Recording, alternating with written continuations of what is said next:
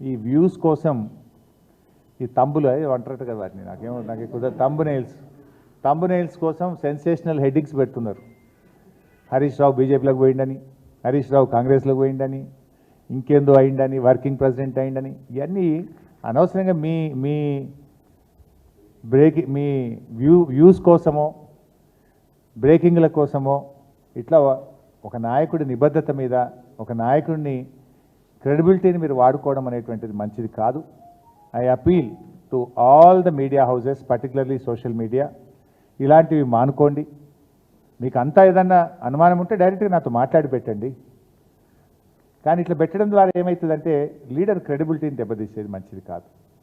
నేను కూడా ఇంక తప్పని పరిస్థితి, భవిష్యత్తులో ఇట్లాంటి రిపీట్ అయితే అవసరమైతే లీగల్ నోటీసులు ఇవ్వడానికి, చట్టపరమైన చర్యలకు కూడా వెనుకాడమని నేను వారికి తెలియజేస్తా ఉన్నా.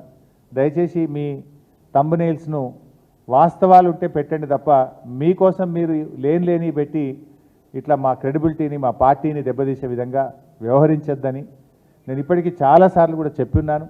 కానీ మళ్ళీ ఇట్లా మీరు ఈ సోషల్ మీడియాలో ఇలాంటివి కూడా పెట్టకూడదని చెప్పి వారికి విజ్ఞప్తి చేస్తూ, ఫర్దర్గా ఎవరైనా ఇట్లాంటివి పెడితే, ఎందుకంటే మా బాస్ మా నాయకుడు మా కేసీఆర్ ఏం చెప్తే ఒక కార్యకర్తగా నడిచే వ్యక్తిని నేను. ఇష్టం వచ్చినట్టుగా వాళ్ళు వర్కింగ్ ప్రెసిడెంట్ అని పెడతాడు, వాడు కాంగ్రెస్లో పోతాడని పెట్టాడు, వాడు బీజేపీలోకి పోతాడు, ఇవన్నీ ఉంటాయి అసలు ఇట్లా. నేను చాలాసార్లు స్పష్టంగా చెప్పాను, మీ బ్రేకింగ్ల కోసం, మీ లైక్ల కోసం, మీ వ్యూస్ కోసం, మీ రేటింగ్ల కోసం ఒక నాయకుడి యొక్క నిబద్ధతను నిజాయితీని దెబ్బతీయొద్దని, ఇలాంటివి మానుకోవాలని చెప్పి నేను విజ్ఞప్తి చేస్తున్నాను.